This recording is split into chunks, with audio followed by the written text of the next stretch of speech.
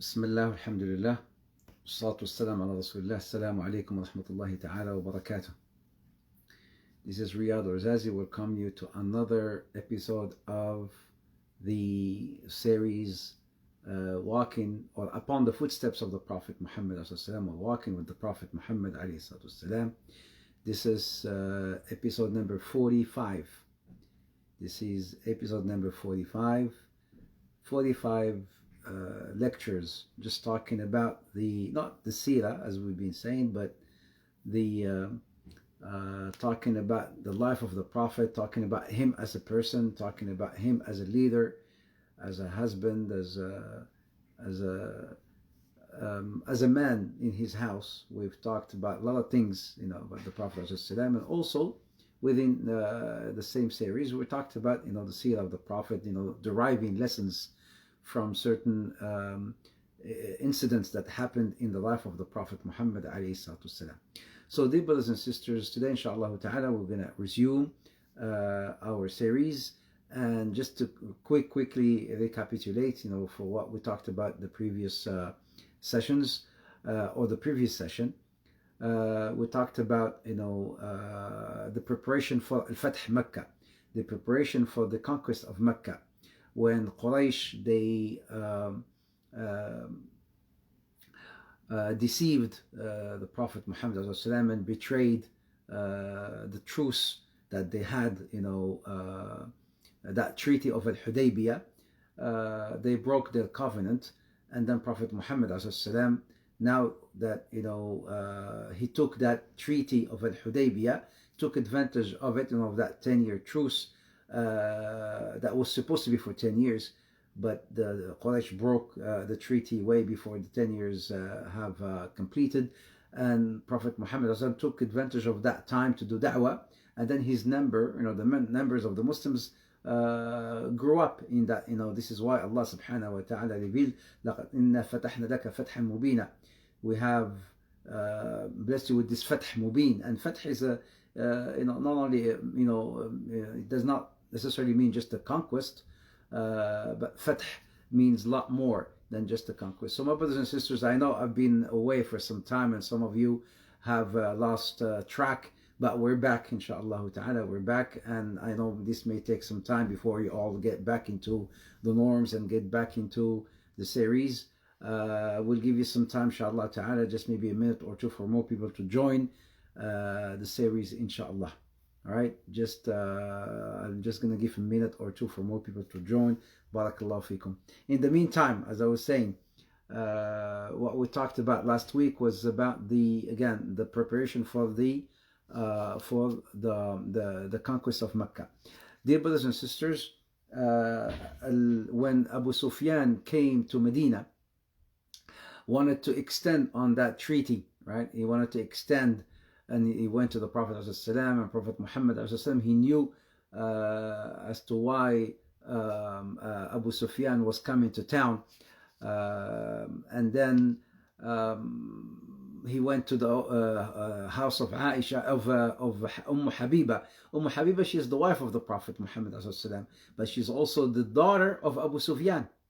Habiba, she's the daughter of Abu Sufyan, so she's the wife of the Prophet and the daughter of Abu Sufyan. So when Abu Sufyan went to her house and he wanted to sit, she rushed, and then she took the bedding and then she folded it, because he wanted to sit on the bedding of the Prophet ﷺ. She took it, she folded it, and then she says, her father says, I have not seen you, for a long time, and I'm here to sit, see you. And then which is more beloved to you, this bedding or your father or your dad? She says, you're my dad, but this is the bedding of Rasulullah, and you are mushrikun najas. You are not pure to sit on the bedding of the Prophet Muhammad alayhi salatu wassalam. So she took that bedding and then she folded it, radiyallahu anha wa ardaha. At any rate, so Abu Sufyan, when he saw Prophet Muhammad ﷺ, and Prophet Muhammad knew his intentions, and then Abu Sufyan was saying, I just want to extend the truce, that treaty that we have, we wanted to extend that truce, that period. And Prophet Muhammad was telling him, is there anything else? He says, no, there's nothing other than that. I'm only here to extend that truce. And then Prophet Muhammad says, وَأَنَا عَلَى الْعَهْدِ, and we are upon the ahd, we are upon the truce. We have not broken our covenant. Right? He says, we have not broken our covenant. Alayhi salatu wassalam. So, dear brothers and sisters, Prophet Muhammad alayhi salam, when he went to the house of Aisha, he told her, not to reveal this truth to anyone, the information to anyone. The information that we're going to Mecca, that we're going to conquer Mecca. And Prophet Muhammad, his intention was that he did not want to spill any blood, right? He just wanted to go and, enter Mecca without any blood being spilled. So he kept it as a secret, alayhi salatu wassalam. But then, he revealed the truth to, of course, his two best friends, Abu Bakr and Umar. They came to know that Prophet Muhammad was actually going to Mecca. There were, like 1,000 soldiers from Abu Sulaim, Banu Sulaim. There were another, 10,000. The whole army was about 10,000 people. The whole army, So if you remember his Umrah, they were about, 1,000 or 3,000, the Umrah of the Prophet. So now they're coming with 10,000 soldiers, to conquer Mecca. Al-Abbas radiallahu anhu. Al-Abbas is the uncle of the Prophet Muhammad sallallahu alayhi wasallam. And the Abbas was the last one who migrated from Mecca, and he came out because Prophet Muhammad was already in the outskirts of Mecca, alayhi salatu wasalam. About 4 miles, from Mecca, from entering the boundaries of Mecca, only 4 miles. Nobody knew that he was coming. He kept it so secret. He was going towards Hawazim, towards another Qabila, and then he made a switch, like a turn, and then he went until he reached about 4 miles from entering the borders, the boundaries of Mecca, and he ordered the Sahaba to light up fires, lots of fire. He wanted to send a message to subhanallah, to Quraysh. Al-Abbas radiallahu anhu wardah earned the title of Muhajir. How did he earn that title of Muhajir? Because once the Prophet would have conquered Mecca, لا هجرة بعد الفتح. The Prophet Muhammad says, لا هجرة بعد الفتح. There is no hijrah after the conquest, after Fath Mecca. Sometimes some of the students or some of the people, some of the youngsters, they say, I want to do hijrah. Hijrah to where? Some people, they live in the UK, or they live in Canada, or they live in Medina, or they live in the US, or, and they say, we want to do hijrah. Like so many youngsters, they came and said, I want to do hijrah. Hijrah where? Hijrah to a Muslim country. لا هجرة بعد الفتح. There is no hijrah after the Fath. The last person who earned the title of Muhajir was Al-Abbas, because he came out from Mecca to go to the camp of the Muslims where the Prophet was, and he embraced Islam. Right? So he was the very final or last Muhajir. Other than Prophet Muhammad would enter Mecca later on and have the Fath, and then there will not be no more hijrah. So this is just another information for the brothers and sisters out there. Some of us, sometimes some of youngsters, who are maybe tired and living in the West, and they say, I want to do hijrah to a Muslim country. You migrate from one place to another, but you cannot call it as hijrah, because there is no hijrah ba'd al-fath. There is no hijrah after the conquest of Mecca. So again, the last person who earned the title of Muhajir was Al-Abbas, the uncle of the Prophet Muhammad sallallahu alayhi wasallam. So he entered, and then Prophet Muhammad alayhi salatu wasalam, as Ibn Abbas was, or as Al-Abbas was close to Abu Sufyan.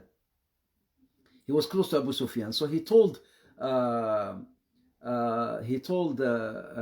Prophet Muhammad told Al-Abbas, his uncle, get Abu Sufyan, get him to see this, get him, maybe we would like him to embrace Islam. Prophet Muhammad was really hoping and wishing for Abu Sufyan to become a Muslim. So Al-Abbas went to Abu Sufyan and he tried to convince him, come, look at Islam, look at the Muslims, you have no other choice, you have no other options. And khalas, Prophet Muhammad is entering Mecca. He's entering Mecca. Abu Sufyan came with Al-Abbas to see the Prophet Muhammad ﷺ at night. There were so many fires in the camp of the Prophet Muhammad ﷺ. Imagine from Mecca you could see that fire, this camp, like there's so many fires out there. The Sahaba were sitting, and lighting up like people who want to do like some barbecue and whatnot. They lit up some fire, so they were just having a little fire here and there, sending a message to Quraysh, we're here and we're coming. When Umar saw Abu Sufyan coming, he wanted to kill him, because Prophet Muhammad, he says, he wasn't a Muslim. So Umar, he saw Abu Sufyan and what he caused to the Muslims in Islam, and he wanted to kill him. And then Al-Abbas kept saying, he was dragging him to go to meet the Prophet Muhammad quickly and to rush and to become, to embrace Islam. And then until he entered, the tent of the Prophet Muhammad alayhi salatu wasalam. Prophet Muhammad saw Abu Sufyan, and he says, "Aghadartum ya Abu Sufyan? Did you break the treaty, O Abu Sufyan? You betrayed us. We had a truce. We had truce between you and I, between the Muslims and Quraysh. We had a truce. How come did you break that covenant? And you came to Medina wanting to, extend the truce, although you could have come and then, and admitted of you breaking the treaty. You were lying. So you came to Medina expecting me to believe you that you wanted to extend the truce, although I knew that you have betrayed, the treaty, and you have broken that treaty. Tallahi laqad atharaka Allahu alayna. He said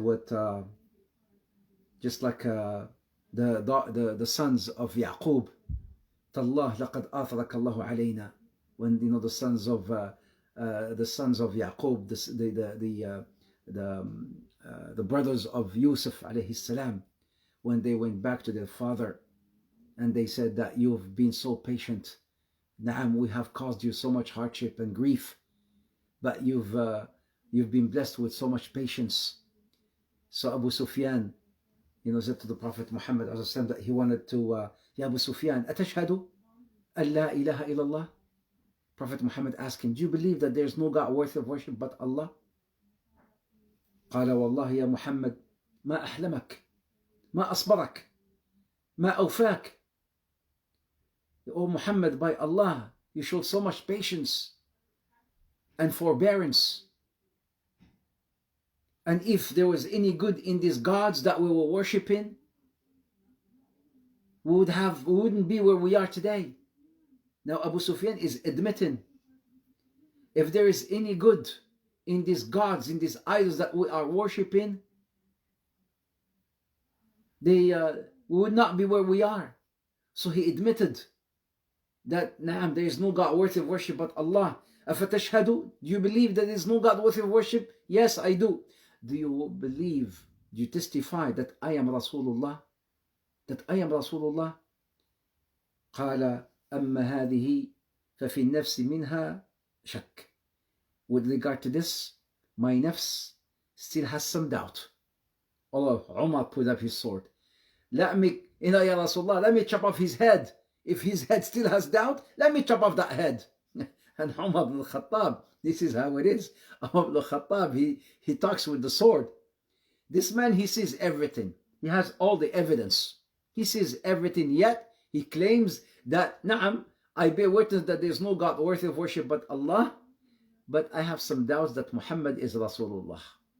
Well, Umar says, if you still have doubts in your head, let me chop off that head and clear your doubts. Let me chop off that head and clear your doubts. But for him to believe, he has to testify that there is no God, la ilaha illallah, no God worthy of worship but Allah, and that Muhammad is Rasulullah sallallahu alayhi wasallam, that Muhammad is the Prophet of Allah sallallahu alayhi wasallam. Prophet Muhammad, Al-Abbas told Prophet Muhammad, Ya Rasulullah, Abu Sufyan is a man of honor, and he likes honor, he likes prestige, give him something. And Prophet Muhammad used to do that with the al-mu'allafati qulubuhum, those who are new to Islam, those newly, Muslims. He would give them gifts and try to, mend their hearts and try to attract them towards Islam. And one of those in the beginning was Abu Sufyan. Although he embraced Islam, but he still had doubts. He still was not totally, fully convinced. Al-Abbas, he came and he embraced Islam before the Muslims camped. That's why he earned the title of Muhajir. But once the Muslims entered, khalas, Abu Sufyan came, embraced Islam, but he did not earn the title of Muhajir. The last Muhajir was Al-Abbas. So Prophet Muhammad alayhi salam, Al-Abbas, when he embraced Islam, he was fully convinced. Unlike who? Unlike Abu Sufyan. And there is few others you will see. So Prophet Muhammad told Al-Abbas, and he told Abu Sufyan, okay, as we are going to enter, and conquer Mecca tomorrow, whoever is, and whoever enters the house of Abu Sufyan, فهو آمن. He's amin. He's safe. We don't want to spare, to spare any blood. If anybody tries to confront us, we will fight them. We'll kill them. So have people out, have people to be away, have people to be in their homes. Whoever enters the house of Abu Sufyan, فهو آمن. He is safe. But all Quraysh, how can they all enter in the house of Abu Sufyan? So the Prophet says, whoever remains at home, he is safe. He is safe. Don't face us. Don't confront us. Don't come and fight us. Prophet Muhammad wanted to conquer, Mecca with no blood being shed. Alayhi salatu wassalam. And then the next day came in this beautiful, this amazing, huge army entering Mecca in such a very, beautiful order that kept Quraysh were looking from far in awe. They were, here is this Qabila, but Qabila, the Prophet was giving, flags to each Qabila. قبيلة الأشجع, قبيلة غفار, this, كتيبة المهاجرين, كتيبة الأنصار. Each had their own flag, and each they were coming, like numbers of soldiers, one at a time, one group at a time. And then at the end was the كتيبة المهاجرين, the group of the Muhajirin, all, wearing these armors. And Abu Sufyan was watching, and Al-Abbas was with him, telling him, this is Qabilat so and so, this is Qabilat so and so, this is Qabilat so and so. And then Abu Sufyan at the end, he saw this group of soldiers all wearing armors, and you can't see not even their faces. Who are these? Oh, Abbas, who are these? He said, this is the Qabilat, this is the Muhajirin, those who migrated to Mecca. This is Fath. They came, they entered. Allahu Akbar, Allahu Akbar, Allahu Akbar, La ilaha illallah, Allahu Akbar, walillahi alhamd. Prophet Muhammad gave an order. He says, don't kill no one. Don't spill no blood, except 10. If you were to find them, even if they were hanging into the cloth of the Kaaba, kill them. Who are them? Ikrimah, who will eventually become a Muslim. Ikrimah, he is the son of who? Brothers and sisters, those of you who are on Facebook and those of you who are on Instagram, who is Ikrimah? The Prophet says, if you find 10 amongst them is Ikrimah, kill them. Kill them. Even if they are hanging to the sitar of Kiswat of al-Kaaba, kill them. Who is Ikrimah? Who we're talking about here, brothers and sisters? Ikrimah. His father was from the elite of Quraysh. And Ikrimah will become a very prominent Sahabi. Ikrimah, nobody knows? Ikrimah, the son of Abu Jahl. Amr bin Hisham, Abu Jahl, the Fir'aun of the Ummah. the son of Abu Jahl, Ikrimah ibn Abu Jahl. The Prophet says, if you see, he betrayed. Safwan betrayed. Hind, the wife of Abu Sufyan, also she will become a Muslimah. Abdullah ibn Sa'd ibn Abi Sarh. So the Prophet gave about 10 names. Well, he gave 10 names. If you were to find them, kill them. Amongst them was Hind, the wife of Abu Sufyan and the one who killed Hamza. The Prophet did not forget about Hamza. He did not forget about his uncle. If you find her, kill her. As the Prophet was entering and he came towards the Kaaba, and then an old man was coming along with Abu Bakr. An old man was coming along with Abu Bakr.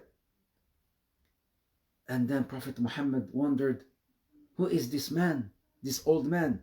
Abu Bakr said, Ya Rasulullah, this is Abu Quhafa. This is my father. He's coming. I brought him to embrace Islam. هلا تركت الشيخ في بيته ونحن نذهب إليه ونحن نذهب عنده.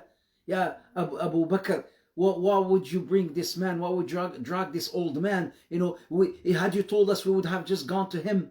He's an old man. Why are you dragging him? Why are you bringing him here? You tell us and we'll go to him, ya Abu Bakr. هو أحق أن يؤتى إليك يا رسول الله. No, يا رسول الله. هو أحق أن يؤتى إليك أو أن يأتي إليك. No. He is the one who's supposed to come to you to embrace Islam. He is my dad. He is my dad, yes, and he's old man. But you're Rasulullah. You are Rasulullah. As we have come to give you the bay'ah and bring him alone to give you the oath of allegiance and to embrace Islam, Ya Rasulullah. And then as Prophet Muhammad entered the Kaaba, he came. He wanted to enter the Kaaba, but outside of the Kaaba, there were some idols. And Prophet Muhammad was, destroying those idols, saying, وَقُلْ جَاءَ الْحَقُّ وَزَهَقَ الْبَاطِلِ إِنَّ الْبَاطِلَ كَانَ زَهُوقًا. وَقُلْ جَاءَ الْحَقُّ وَزَهَقَ الْبَاطِلِ. And say that the truth has come and falsehood have disappeared. Khalas, there was no more falsehood. Falsehoods have been terminated. إِنَّ الْبَاطِلَ كَانَ زَهُوقًا. Falsehood will never win. Falsehood. So when you have al-haq, the truth, with falsehood, who shall overcome? Of course, the haq will overcome the falsehood. So the Prophet Muhammad ﷺ, as he was coming, and those idols outside of the Kaaba, he was just touching them, and then they were breaking, saying, وَقُلْ جَاءَ الْحَقُّ وَزَهَقَ الْبَاطِلِ إِنَّ الْبَاطِلَ كَانَ زَهُوقًا. And then Bilal, he goes up in the Kaaba. He climbs up in the Kaaba, in the roof of the Kaaba, radiallahu anhu wardah. 20 years after he embraced Islam, 20 years, Bilal, radiallahu anhu, climbed up into the roof and he made dua and he made adhan. Allahu Akbar, Allahu Akbar, Allahu Akbar, Allahu Akbar. Ashhadu an la ilaha illallah. Kaaba now, Makkah hears Ashhadu an la ilaha illallah. Ashhadu an la ilaha illallah. The Kaaba, the center of the universe. The center of the universe and the center of the Arab Peninsula. The hub of all the region. All the gods, all the people, all the trades used to happen there. It was the center. So many gods, so many idols. And then eventually, finally you hear, Ashhadu an la ilaha illallah. There's only one God but Allah. Ashhadu an la ilaha illallah. Ashhadu anna Muhammadan Rasulullah. Ashhadu anna Muhammadan Rasulullah. He making that dua. And then Prophet Muhammad, now Quraysh and the Arabs have come to the Prophet Muhammad, and now he has come as a conqueror. He came as before they kicked him out, before they took all his possessions, before he came out being persecuted. He left everything behind. They belittled him. Now he came having the upper hand. Before he had the lower hand, now he's come with the upper hand. And as he come with the upper hand, Quraysh, they came to him. The same people who persecuted him. يا معشر قريش ما ظنكم أني فاعل بكم. Oh Quraysh, what do you think I shall do with you now? You people who persecuted me and my family and my brothers and my sisters, all the Sahabis and Sahabiyat. Those of you who abused us, who killed a lot of Muslims, what shall I do to you now? They said, Akhun Kareem, Ibn Akh Kareem, you're the generous man. Akh Kareem, you're a brother. Ibn Akh Kareem, coming from a progeny of Qurama, of generous people, kind people. لا تتريب عليكم يغفر الله لكم. لا تتريب عليكم اليوم يغفر الله لكم. اذهبوا فأنتم الطلقاء. He says, you shall have no worries today. You shall have no worries today. Allah shall forgive you. اذهبوا, go. You are all forgiven. فأنتم الطلقاء, you are all free. The same people who persecuted him, the same people who attacked and kicked him out, and the same people who killed the Sahabis, those same people, Prophet Muhammad said, go, you're all free. He could have avenged. That was his opportunity to avenge his blood and the blood of the Sahabas and the Sahabis who got killed. Yet Prophet Muhammad told him, go, you're all free. Alayhi salatu wassalam. And then the Prophet Muhammad goes to Abu Sufyan. Brothers and sisters, listen to this amazing miracle. Listen to this amazing. Abu Sufyan is thinking. What is he thinking? Abu Sufyan is thinking about collecting an army and attacking the Muslims. Listen to this. Sisters and brothers, are you listening? Those of you on Instagram, those of you on Facebook, are you listening to this beauty?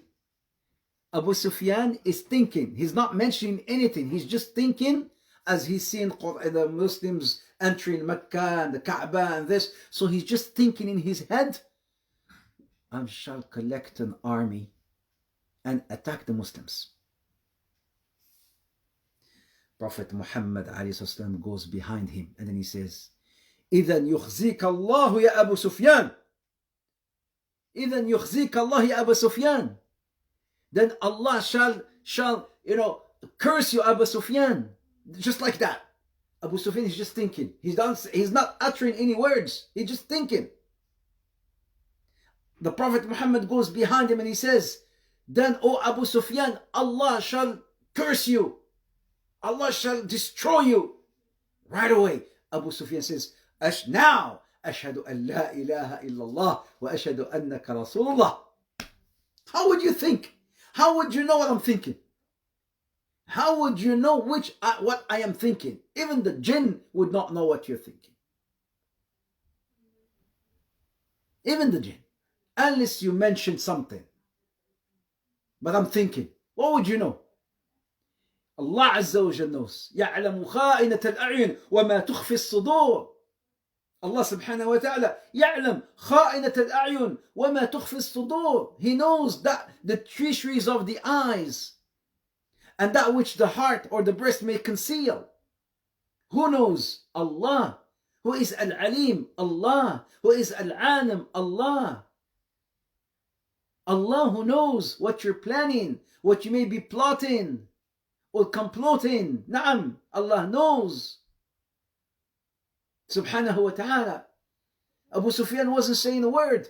Yet Prophet Muhammad, Jibreel came and he told him, Abu Sufyan, he's just thinking of collecting an army. Then Prophet Muhammad goes behind him and he says, then Allah shall curse you if you do so, Abu Sufyan. Right away Abu Sufyan says, Ashhadu an la ilaha illallah. Now, fully. And Ashhadu, and then you are Rasulullah. And then you are Rasulullah. Abu Sufyan, by the way, he became a very prominent Sahabi. He lost his eyes in a battle, Abu Sufyan. ثبت إيمانه. He stood fast. Naam, he stood fast. Abu Sufyan, after the death of the Prophet Muhammad ﷺ, he lost one eye in one battle and he lost another eye in another battle. شوف, مقلب القلوب. The Prophet used to say, اللهم يا مقلب القلوب ثبت قلبي على دينك. The Prophet used to say, "Oh Allah, the one who turns the hearts, muqallib qulub, the one who turns the hearts, flip them, switches them from belief to kufr and kufr to belief, make my heart stand firm in your deen." Abu Sufyan, despite all that which he did against Islam and the Muslims, he turned out to be a very good Muslim, Sahabi. So much so, he lost both of his eyes for the sake of Allah subhanahu wa ta'ala. And then there was this man, this boy. Prophet Muhammad is making tawaf. Prophet Muhammad is making tawaf. And then there was this man holding a knife. There were still some hypocrites. There were still some people whose Islam has not really fully entered their hearts. So he's carrying a knife but hiding it. He's hiding it. What does he want to do with the knife? He wants to assassinate Prophet Muhammad sallallahu alaihi wasallam. He wanted to assassinate the Prophet Muhammad. So Prophet Muhammad saw him. Just saw him. And then Prophet Muhammad goes to him. "Oh Fudala, what are you doing?" He says, "I'm just making dhikr of Allah. Inni adhkurullah. Inni adhkurullah. I'm just making dhikr of Allah. I'm making a mention of the names of Allah." Then Prophet Muhammad tells him, "Ittaqillaha ya Fudala. Ittaqillah, fear Allah ya Fudala." And the Prophet Muhammad kept rubbing against his heart, the heart of Fudala. He took his hand, right? And then he kept rubbing the heart of Fudala. "Ittaqillah ya Fudala. Istaghfirillah ya Fudala. Fear Allah, O Fudala. Seek forgiveness from Allah ya Fudala." The Fudala says, "By Allah, this man, Muhammad sallallahu alaihi wasallam, he used to be the most hateful man ever, that I hated the most. I hated him the most.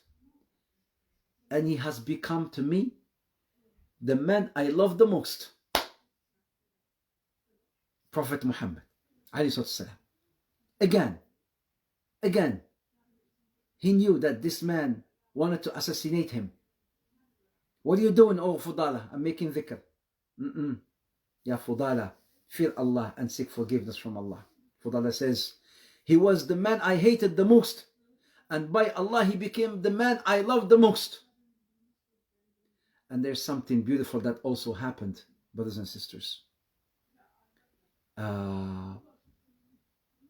When they were entering Makkah, holding these flags, the Prophet Muhammad gave one of the flags, the liwa, to Sa'd ibn Ubadah from the Ansar.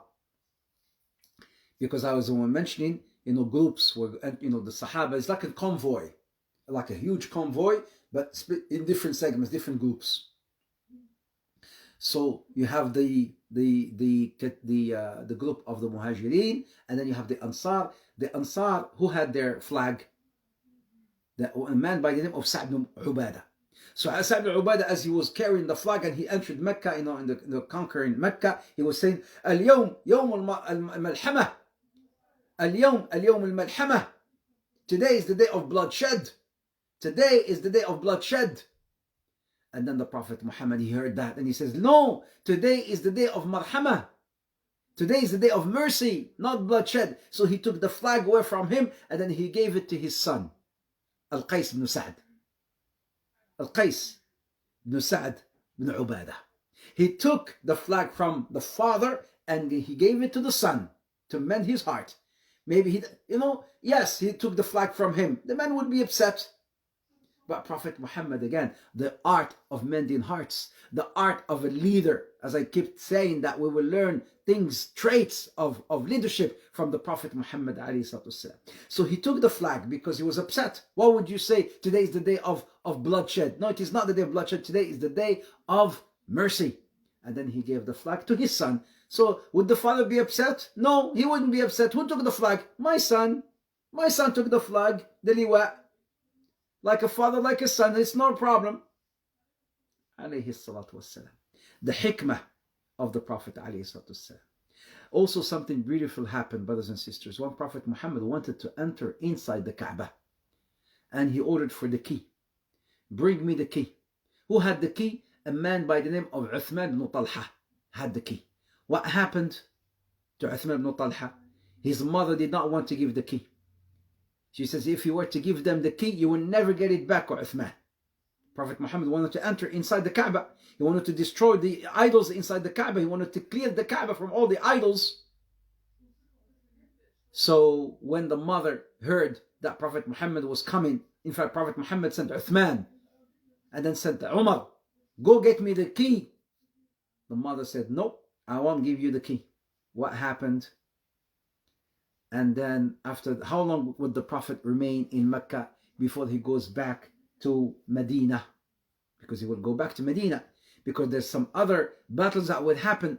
The battle of Tabuk, the battle of Hunain. There are few things will happen before the Prophet, comes back for the pilgrimage, the main pilgrimage, Hajjatul Wada, as they call it, Hajjat Wada, the farewell pilgrimage. How long would that be? Between the time where the Prophet Muhammad conquered Mecca and the time where the Prophet Muhammad will come back to Mecca again, sallallahu alaihi wasallam. Brothers and sisters, we will learn about this inshallah throughout the upcoming days inshallah ta'ala. Tomorrow again, I know last week I've missed out, and maybe some of you missed out on the scheduling. So the scheduling remains as is inshallah, 6 p.m. Eastern time bi'idhnillah, Fridays and Saturdays and Sundays. So I shall see you tomorrow inshallah for another episode. Today was episode number 45. Those of you who've come in late, please go back and watch the series. It's on Instagram, on Facebook, and on YouTube. Other than that, I shall see you tomorrow inshallah ta'ala. May Allah bless you, may Allah reward you. Jazakumullah khair. It was again pleasure and an honor being with all of you again. May Allah Azza wa Jal grant you tawfiq, success in this life and the life of the hereafter. This is Riyad Wazazi saying Barakallahu fikum. Wassalamu alaikum wa rahmatullahi ta'ala wa barakatuh. Assalamu alaikum wa rahmatullah. Assalamu alaikum Facebook. Assalamu alaikum Instagram.